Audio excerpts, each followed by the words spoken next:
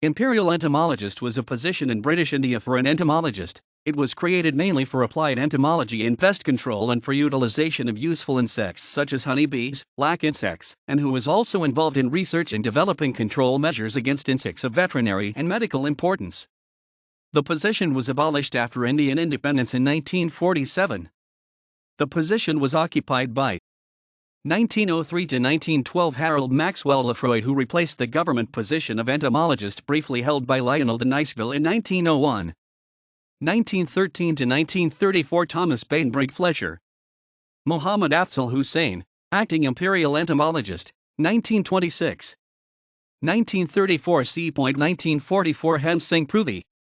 C.1944-1947 P.V. Isaac. 1947 position abolished in 1907 Frank Milburn Howlett was appointed second, IA deputy, entomologist. He was given the title Imperial Pathological Entomologist in 1912.